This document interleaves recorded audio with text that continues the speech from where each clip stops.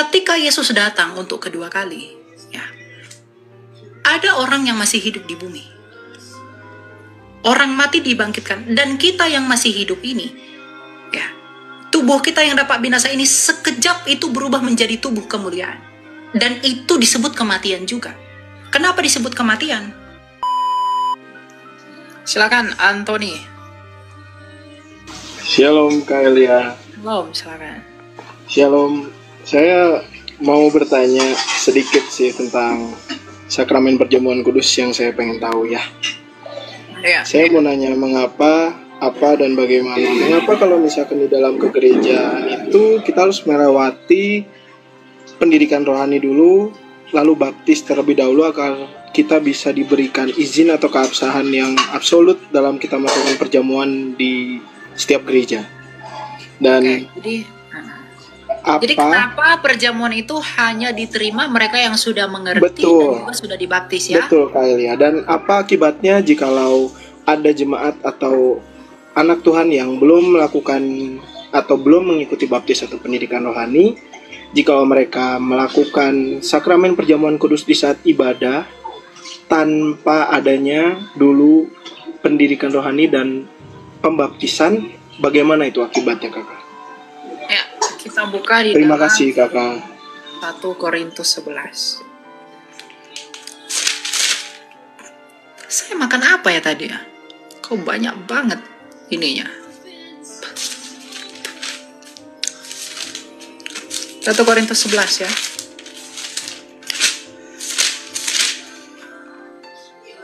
Nih. Mulai dari ayat 25 kita baca. Sebab apa yang telah kuteruskan kepadamu telah aku terima dari Tuhan, yaitu bahwa Tuhan Yesus pada malam waktu ia diserahkan mengambil roti, dan sesudah ia mengucap syukur ia memecah-mecahkannya dan berkata, inilah tubuhku yang diserahkan bagi kamu. Lakukanlah ini sebagai peringatan akan aku. Demikian juga ia mengambil cawan sesudah makan, lalu berkata, cawan ini adalah perjanjian baru yang dimeteraikan dengan darahku. Lakukanlah ini setiap kali kamu meminumnya sebagai peringatan akan aku.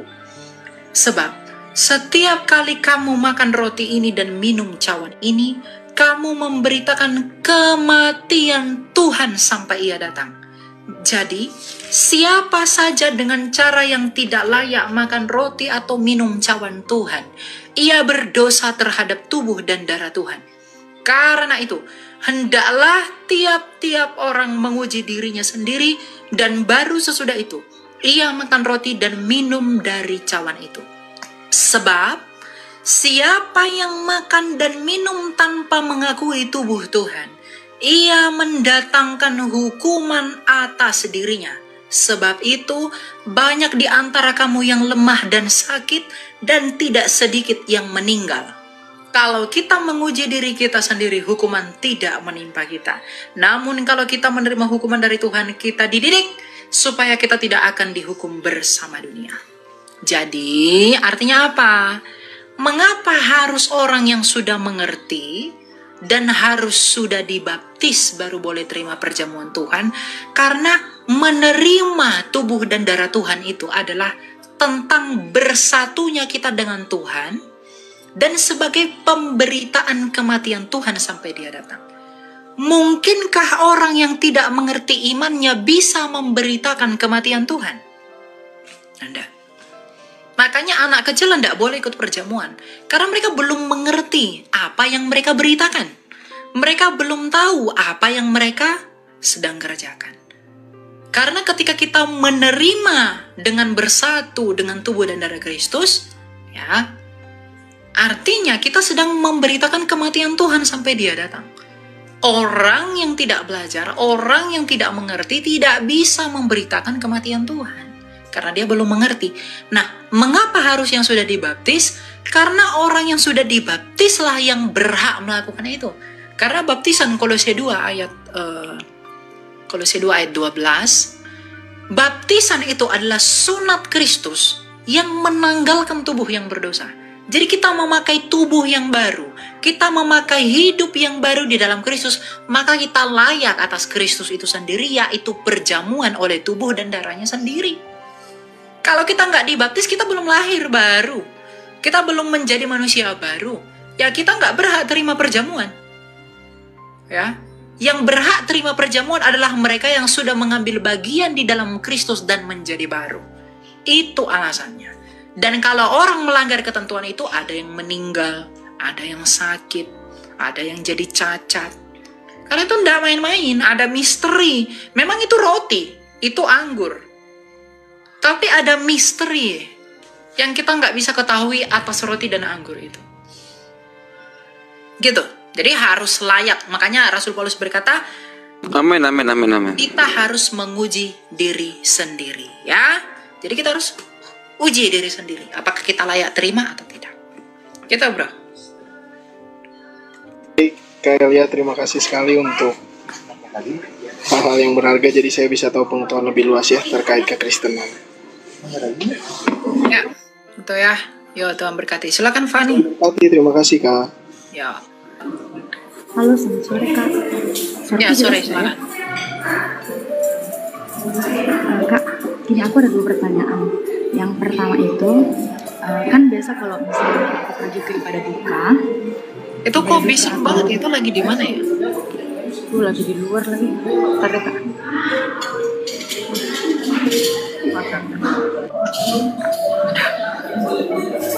Halo? Oh ya, silakan. Ya. Ini Kak, aku ada 2 pertanyaan. Yang pertama itu, kan biasa kalau misalnya aku ke ibadah duka atau penjemuran gitu Kak, pendeta sering bilang gini, semua orang Pelan banget ya, aduh aku nggak dengar, bising. Kok nggak dengar suaranya?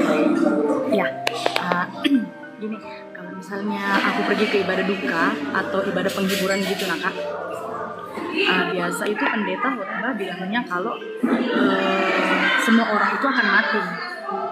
Semua orang itu pasti akan mengalami yang namanya kematian. Nah, tapi di Alkitab di Korintus itu, pertama Korintus 15 ayat 51, dia bilangnya, Rasul Paulus bilang gini, aku memberitahu kepadamu suatu rahasia, kita tidak akan mati semua, tetapi kita semua akan diubah. Jadi ini yang benar yang mana ya Kak? Oke, kita buka ya. Sebentar, saya ambil dulu.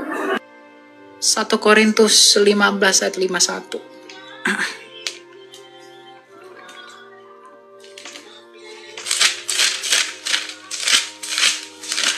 Oke, sebelum Elia baca-baca, boleh aku sedikit, Dek?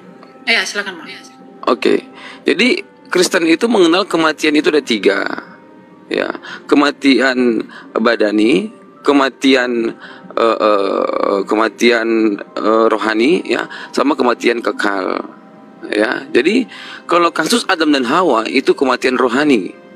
Ya, kalau kasus pendeta di kuburan itu kematian badani. Kalau si Paulus mengatakan itu adalah kematian kekal. Ya, yang kau katakan tadi, kita tidak akan mengalami kematian. Nah, itu maksudnya adalah kematian kekal. Badani pasti mati.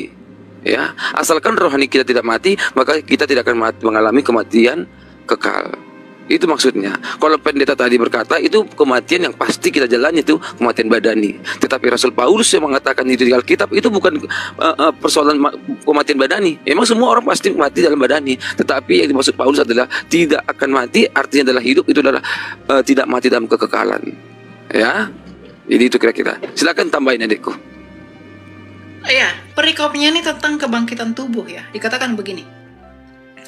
Sesungguhnya aku menyatakan kepadamu suatu rahasia. Kita tidak akan mati semuanya, tetapi kita semuanya akan diubah. Dalam sekejap mata pada waktu bunyi nafiri yang terakhir. Sebab nafiri akan berbunyi dan orang-orang mati akan dibangkitkan dalam keadaan yang tidak dapat binasa. Dan kita semua akan diubah. Karena yang dapat binasa ini harus mengenakan yang tidak dapat binasa, Dan yang dapat mati ini harus mengenakan yang tidak dapat mati. Sesudah yang dapat binasa ini mengenakan yang tidak dapat binasa, dan yang dapat mati ini mengenakan yang tidak dapat mati, akan digenapi firman yang tertulis.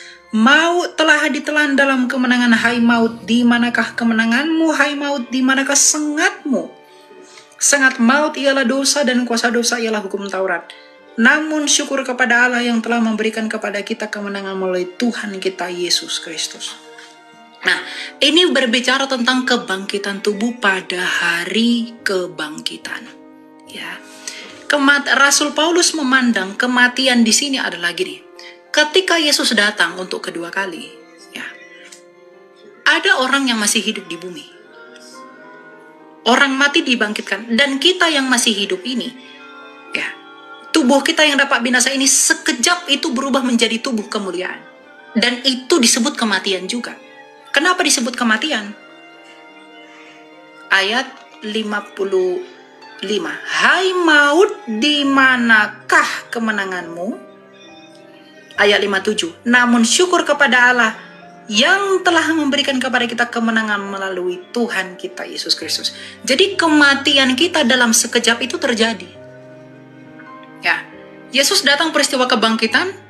Bukan pengangkatan ya, kebangkitan. Orang mati itu bangkit terlebih dahulu, tubuh mereka dibangkitkan dengan tubuh kemuliaan, dan kita yang masih hidup ketika kebangkitan itu ada, tubuh kita yang dapat mati ini langsung dirubah menjadi tubuh kemuliaan. Nah, itu disebut dengan kematian. Karena tubuh kita yang bisa binasa, yang dapat mati ini dikalahkan oleh kemenangan Kristus. Oleh karena iman kita kepada Dia. Nah, itu dipandang Rasul Paulus sebagai kematian. Gitu. Jadi bukan kematian dalam periode berapa jam, bukan. Kita akan mengalami kematian juga sih, yang hidup ini akan mengalami kematian, tapi bukan kematian yang lama, tapi kematian yang sekejap. Makanya Rasul Paulus berkata, dalam sekejap mata ia mengubahkan tubuh kita ini menjadi tubuh kemuliaan. Tubuh yang dapat binasa ini, tubuh yang dapat mati ini menjadi tubuh yang tidak dapat mati. Makanya peristiwa kebangkitan itu, yang pertama kali bangkit adalah orang-orang mati, baru kita yang masih hidup ini akan menyusul mereka yang telah mati. Jadi semua orang mengalami kematian. Ya, karena kematian yang dipandang Rasul Paulus di sini adalah tentang tubuh yang berdosa ini. Kalau tubuh saya ini tubuh saya ini tubuh berdosa. Kalau tubuh ini tidak mati, nggak mungkin saya menggunakan tubuh kemuliaan. Cuma Rasul Paulus memandang nanti ke peristiwa kebangkitan, tubuh saya yang fana, yang berdosa ini, itu akan mati dalam waktu sangat sekejap dan langsung berubah menjadi tubuh kemuliaan. Itu maksudnya. Ya, karena ini perikopnya kebangkitan tubuh. Ini berbicara tentang tubuh. Jadi kita juga akan mengalami kematian. Tapi kematian bukan kematian 20 tahun, 30 tahun, tapi sekejap dan langsung berubah menjadi tubuh kemuliaan. Gitu ya. Oh iya, Kak. Udah ngerti. Aku ada pertanyaan kedua lagi, boleh nggak, Kak? Ya, kan dalam Alkitab kan sering dibilang kerajaan Allah sudah dekat, kayak waktunya udah dekat. Tapi sampai sekarang maksudnya kita masih terus mewartakan bahwa kerajaan Allah itu sudah dekat, masih dekat-dekat terus, tapi belum ini, Kak. Sampai sekarang masih terus diberitakan, tapi belum dekat-dekatnya, belum ini, nah, Kak. Itu gimana ya, Kak? Ya, kerajaan Allah sudah dekat 2000 tahun lalu. 2000 tahun lalu kerajaan Allah sudah dekat, kata Yesus. Sekarang kita bilang kerajaan Allah sudah sangat-sangat dekat. Ya, karena kerajaan Allah itu sebenarnya kerajaan Allah itu sudah datang. Ya, cuma dinyatakan secara menyeluruh belum, karena Tuhan Yesus belum datang untuk yang kedua kali. Tapi dia sudah dinyatakan. Gitu. Jadi kerajaan Allah itu banyak definisi.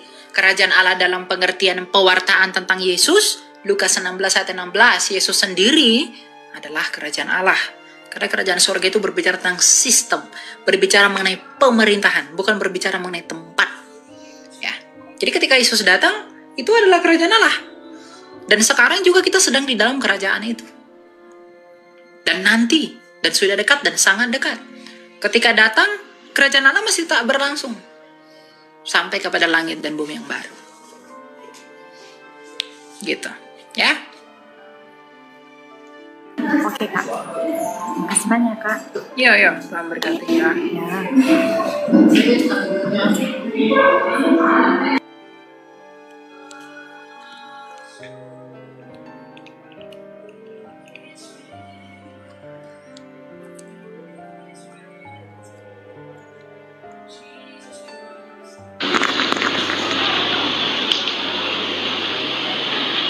Ya, silakan Vian Wow.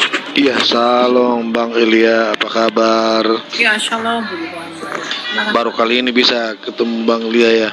Di YouTube aja saya lihat Bang Elia ini terlalu hebat luar biasa lah. Hikmah dari Tuhan dari Bang Elia. Ya. Buat Elia aja yang salam, buat saya tahu saya salam. Oh siapa ini? sorry Bang Elia. Gak usah, gak mau aku. sorry Bang Kristian, karena ini lagi di luar, ini lagi di lobi, jadi agak-again nggak kelihatan Bang Kristian. Ya, silakan Pak. Ada yang mau ditanya Pak? Itu aja sih mau nanya sih Bang Lia, karena apa namanya tuh Markus, karena di tetangga apa di komal yang lain pernah saya masuk di komal Markus berapa kemarin 16 ayat ke-8 ya. Jadi Markus begini Bang Lia, kan ada saya masuk ke komal lain terus berdebat dengan tentang Markus. Saya kan belum begitu ahli seperti Bang Elia, kan sudah bisa mengerti tentang apa namanya Yahudian, udah bisa mengerti lah bahasa-bahasa. Jadi saya belum ini bisa menjawab ke mereka bahwa di kata mereka itu Alkitab kita itu ditambah. Karena memang di Alkitab kita kan ada tertulis tidak boleh ditambah dan tidak boleh dikurangin. Tapi mereka dari seberang yang Muslim menyampaikan bahwa kitab kita sudah ditambah, yaitu di Markus 16 ayat ke-8. Iya Markus 16. Nah selebih dari situ itu ditambah katanya. Nah itu sejarahnya bisa ada begitu. Boleh dijelaskan Bang Lia, karena saya belum paham sampai di situ. Ilmu saya belum nyampe di situ Bang Lia. Mulai dari mungkin masuk Anda mulai dari Markus 9 sampai 20 itu ditambah. Iya betul itu yang ditambah. Karena kemarin gampang sih sebenarnya. Iya karena kan ilmu saya beda Bang Lia udah termasuk ahlinya lah. Kalau saya masih belum ahli Pak, saya hanya belajar. Gini menanggapi masalah itu gini ya, seringkali mereka menuduh bahwa Markus itu hanya sampai ayat 8, 16 ayat 8. Yang lain itu tidak ada. 9 sampai 20 itu tidak ada ya, alias palsu begitu. Saya rasa tidak, karena dua kodeks yang terkenal itu memuat ayat itu Pak. Misalnya Textus Receptus. Ayat-ayat Markus 16 ayat 9 sampai 20 itu ada. Textus Receptus itu adalah receive text, naskah yang diterima, yang digunakan oleh para rasul. Ya. Bahkan di dalam naskah yang paling kritis sekalipun, misalnya naskah Westcott and Hort, itu ayat 9 sampai 20 itu ada. Kalau Anda bisa baca. Jadi di naskah yang sering digunakan oleh orang-orang liberal, Westcott and Hort, itu ada naskah itu. Bukan berarti kalau tidak ada di Sinaiticus, berarti ayat itu tambahan. Enggak. Kodeks kita banyak. Naskah kita banyak. Tidak hanya satu naskah. Karena beragam penyalinan. Dan kita menilai ayat-ayat itu dicatatkan bagaimana. Itu dari jarak penulisannya. Paralelnya. Lagi pula dalam Markus 16 ayat 9 sampai 20 itu kan tentang amanat agung toh.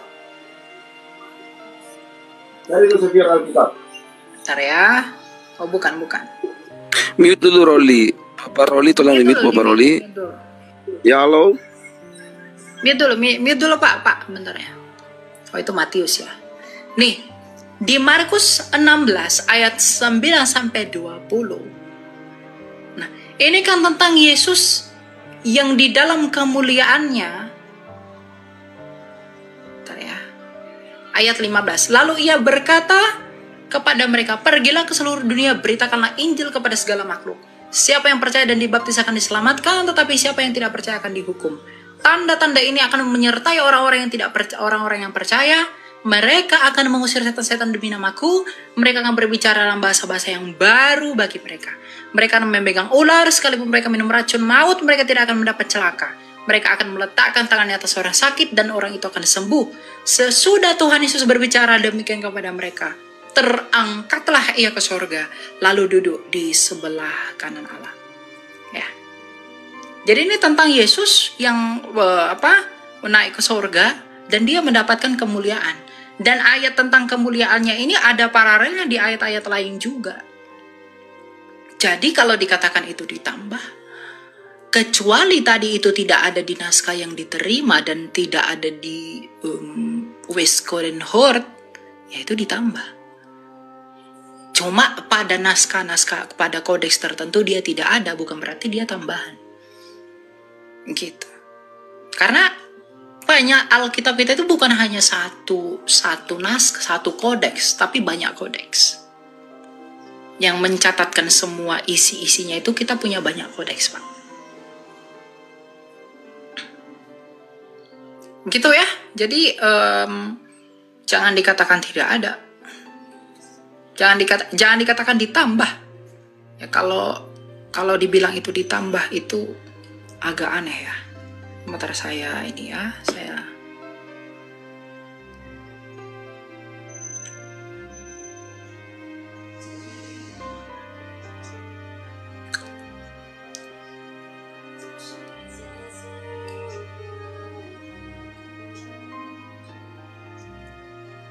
emang itu banyak diperdebatkan ya, orisinalitasnya.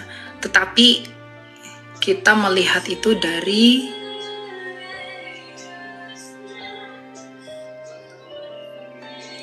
boleh aku jawab deh. Iya, jadi mengenai Markus 16 9 sampai 20, ini justru perikopnya Yesus beberapa kali menampakkan diri dan mengutus murid-muridnya. Yesus terangkat ke surga. Ya, jadi kalau kita sebagai orang Kristen, ya kita mengerti bahwasanya Matius, Markus, Lukas, Yohanes ini saling melengkapi. Ya, saling melengkapi. Artinya adalah kisah Yesus beberapa kali menampakkan diri, ya, dan mengutus murid-muridnya. Yesus terangkat ke surga. Kisah ini ada nggak di Matius? Ada. Ya, ada nggak di Lukas? Ada. Ada nggak di Yohanes? Ada. Ya, jadi ini saling melengkapi. Artinya apa? Artinya walaupun dalam Kodeks Vatikanus, Kodeks Sinaiticus, Kodeks Bizae, Kodeks Alexandrianus, Kodeks Abrahamis Receptus sudah ditemukan, ini saling melengkapi. Tidak ada penambahan tentang bagaimana Yesus bangkit. Matius menceritakan Yesus bangkit, Lukas mengatakan Yesus bangkit, ya, Yohanes mengatakan Yesus bangkit. Ya, jadi ini semua saling terikat. Kecuali di Matius tidak diceritakan, oh Matius bangkit, tiba-tiba ada narasi baru di Markus mengatakan Yesus bangkit. Nah itu baru dipertanyakan, itu baru ada namanya penambahan. Tetapi di sini tidak, ini saling melengkapi. Makanya Matius, Markus, Lukas, Yohanes ini adalah kisah, adalah 4 Injil yang tidak bisa dipisahkan. Namanya Injil apa dek? Kitab apa namanya? 4 ini? Sinoptik. Lagi pula gini Pak, lagi pula gini. Ya. Kalau ayat itu adalah tambahan, ya, nggak mungkin bapak-bapak gereja mengutip narasi ayat itu. Misalnya begini, ya, saya ambil datanya ya. Misalnya bapak gereja Justinus Martir, ya, dan Santo Ironius itu pada tahun 150 itu dan Hippolytus ya, itu membuktikan ayat-ayat itu tidak ditambahkan karena narasinya dikutip. Nah, kalau itu ditambah, mungkinkah bapak-bapak gereja ini mengutip sesuatu yang belum ada, menggunakan sesuatu yang belum ada. Kalau memang itu ditambah, ya. Nah, kemudian yang kedua, Injil Markus itu kan salah satu dari Injil sinoptik. Tadi Bang CP udah jawab. Itu ada paralelnya dengan ayat-ayat lain. Yesus yang sedang dimuliakan, ditinggikan. Itu ada paralelnya di dalam keempat Injil sinoptik. Kalau itu ditambah, atau mungkin ya bisa dikatakan kalau mereka sering menuduhnya itu dipalsukan. Kalau itu dipalsukan, mungkinkah keempat penulis dengan kompak untuk memalsukan ayat itu? Kan tidak, ya. Lalu sebentar ya, saya kutip dari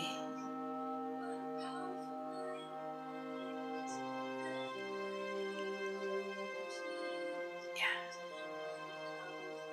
misalnya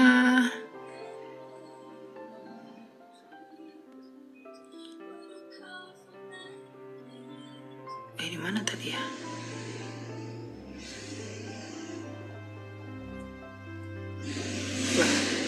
Bentar ya, bentar. Hang lagi nih. Sebentar ya.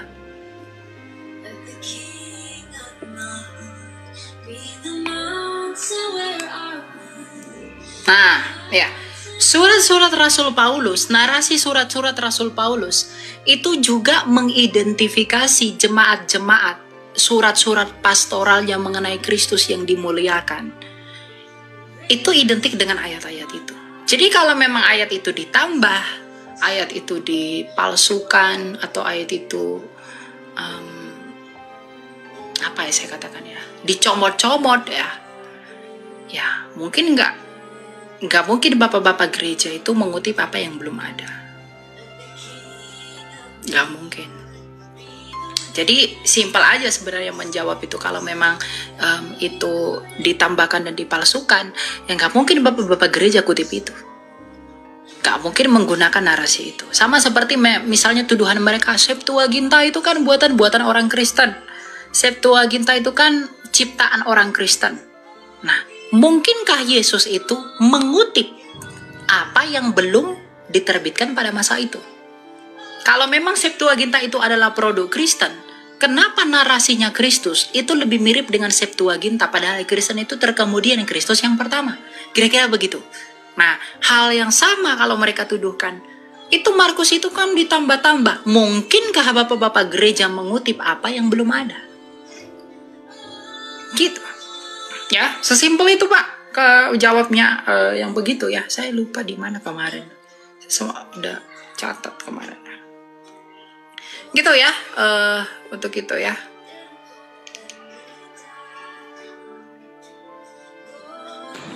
Oke Bang, terima kasih Bang Elia.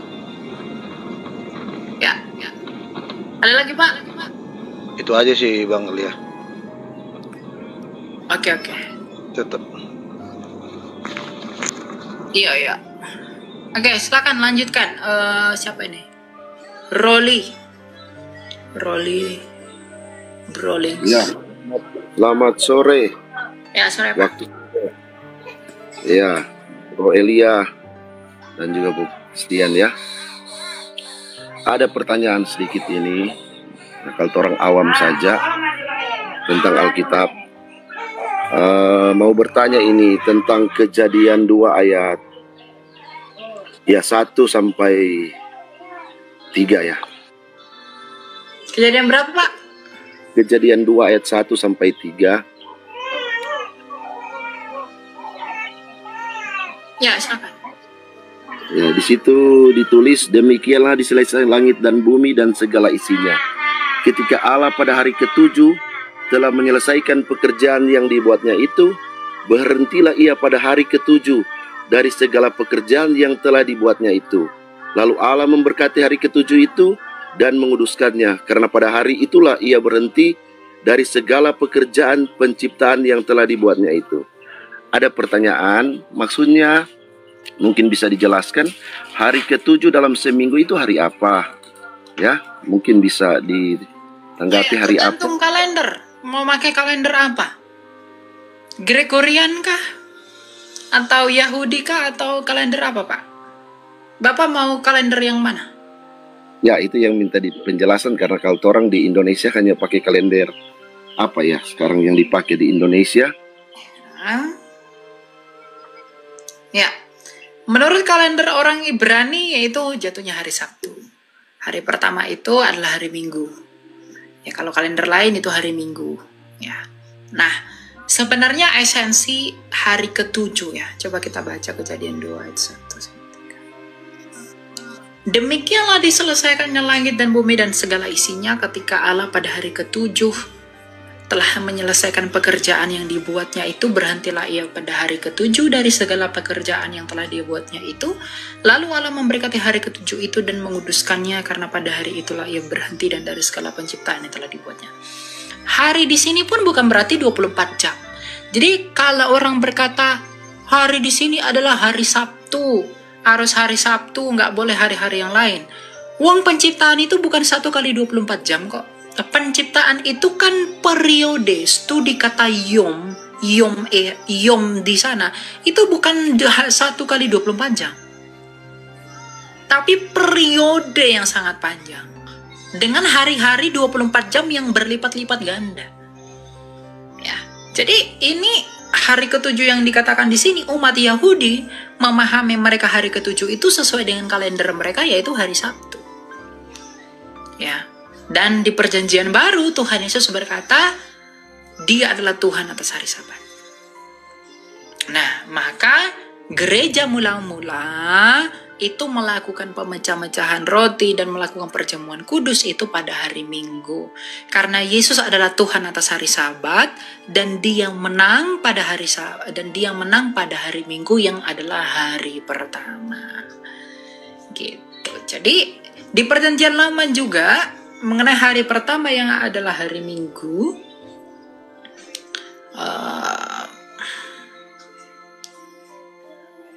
itu sudah ditegaskan ya. Bentar ya, saya cari ayatnya.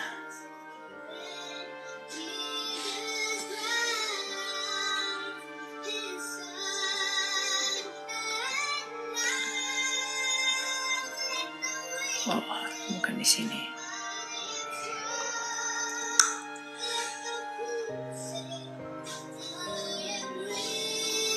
Nah, Keluaran 12 ayat 16. Kamu adakanlah pertemuan yang kudus baik pada hari pertama maupun pada hari yang ketujuh. Pada hari-hari itu tidak boleh dilakukan pekerjaan apapun, hanya apa yang perlu dimakan setiap orang itu sajalah yang boleh kamu sediakan. Jadi di perjanjian lama pun, di dalam Keluaran, itu sudah dinyatakan kita harus beribadah atau melakukan pertemuan yang kudus pada hari yang pertama atau pada hari ketujuh. Ya, di hari pertama dan hari ketujuh. Jadi bisa hari Minggu, bisa hari Sabtu. Gitu, Pak. Jadi dari perjanjian lama kami baca, kami dengar sampai perjanjian baru, Allah menguduskan hari Sabat, ya. Jadi hari ketujuh yang pasti seperti Bro bilang, hari ketujuh adalah hari Sabat. Artinya itu juga dikumandangkan dari perjanjian lama sampai perjanjian baru, ya. Jadi artinya harusnya dalam perhentian harus hari Sabat, yaitu hari Sabtu. Dalam bahasa Indonesia Inggris, Sabat Sabtu itu kan hari Sabat adalah hari Sabtu. Jadi harus perhentian, harus berhenti untuk menyucikan Sabat, harusnya hari Sabtu, atau bagaimana? Iya, bisa pada hari Sabtu, bisa pada hari Minggu. Karena para rasul itu melakukannya juga pada hari Minggu. Kan tadi saya udah baca di Keluaran, pada hari pertama, itu hari Minggu. Dan rasul-rasul menggunakan hari pertama, Ekaristi. Jadi harus ikut rasul atau ikut Yesus, karena ikut rasul yang melakukan perintah Yesus. Gini Pak, kita itu melakukan apa yang diperintahkan Yesus, dan yang diperintahkan Yesus itu dilakukan para rasul.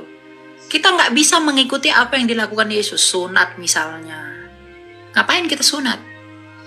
Wong dia sunat karena Yahudi. Berarti kan hanya satu lambang. Makanya jangan di ini Pak, kena satu kena semua ya. Taurat itu begitu. Jadi kalau bersalah terhadap satu itu bersalah terhadap semua. Ini saya baca juga ini di Kisah Para Rasul 17 ayat 2. Seperti biasa, Paulus masuk ke rumah ibadat itu 3 hari karena dia Sabat. orang Yahudi. Di setelah Bait Allah hancur tahun 70 Jenderal Titus yang dihancurkan Jenderal Titus itu udah enggak dilakukan. Makanya bapak-bapak gereja dan para rasul itu melakukan ekaristi pada hari Minggu. Itulah yang diteruskan oleh gereja Katolik dan gereja Ortodoks yang kemudian diterima Protestan. Gitu. Jadi berdasarkan pekerjaan para rasul yang adalah rasul-rasulnya Yesus sendiri. Kan Yesus bilang hari ke-7, Pak Bro bilang hari ke-7 hari Sabtu. Jadi harusnya orang berhenti pada hari ke-7, bukan hari pertama. Kan seperti itu. Dan tapi itu sangat mengenai pertemuan kudus itu kan di Keluaran hari pertama disebutkan Tuhan. Pertemuan kudus itu hari pertama dan hari ke-7. Saya baca ini dalam Alkitab paling banyak itu. Ya, itu salah terserah Anda ya. Saya lebih setia kepada para rasul. Ya, Oh, karena seperti itu. apa yang diajarkan para rasul itu yang kita ikuti. Ya, Karena kan sangat jelas dalam melakukan Matius ekaristi 28 pada hari Matius 28 ayat 1, setelah hari Sabat lewat, menjelang menyingsingnya fajar pada hari pertama minggu itu, pergilah Maria Magdalena. Jadi hari pertama kan orang mau ajarkan. Lalu kenapa murid Yesus bisa memetik gandum pada hari Sabat? Kalau begitu. Ya, Kalau memang memetik tidak gandum. bisa melakukan pekerjaan-pekerjaan, kenapa para murid bisa memetik gandum dan Yesus nggak marah?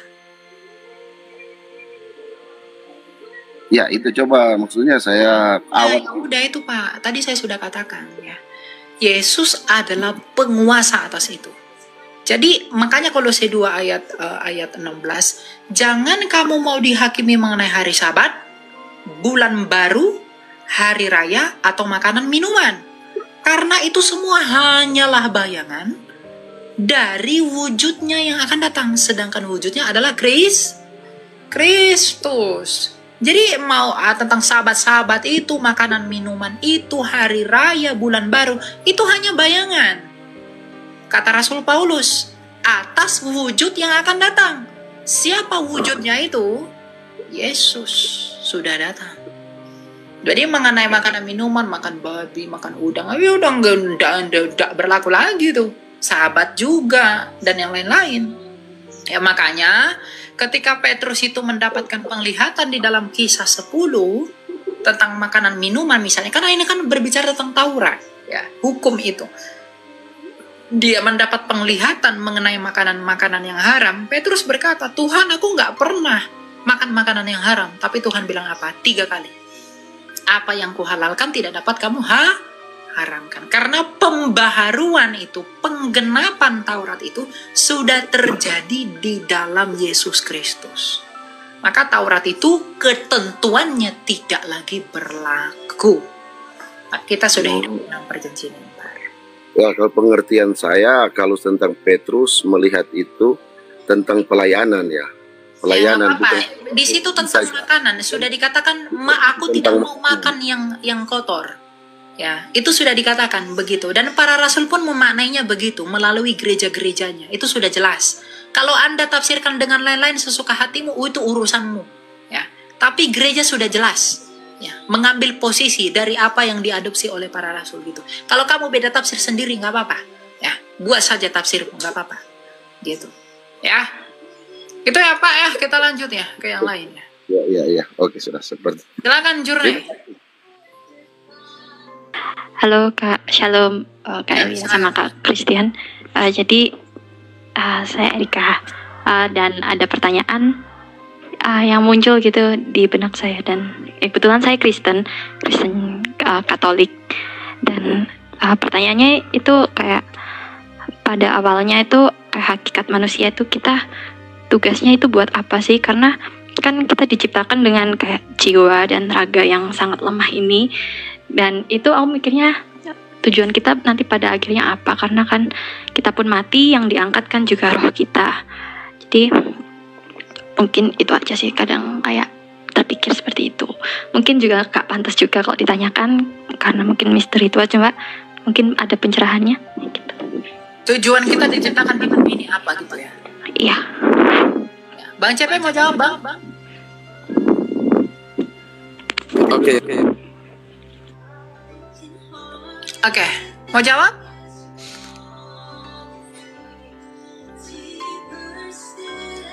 Ya udah aku lah. Lanjut. Ya, tujuan kita apa? Kejadian 1 ayat 28.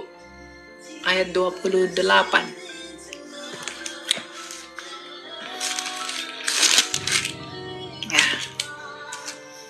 Allah memberkati mereka dan berfirman kepada mereka, beranak cuculah dan bertambah banyaklah.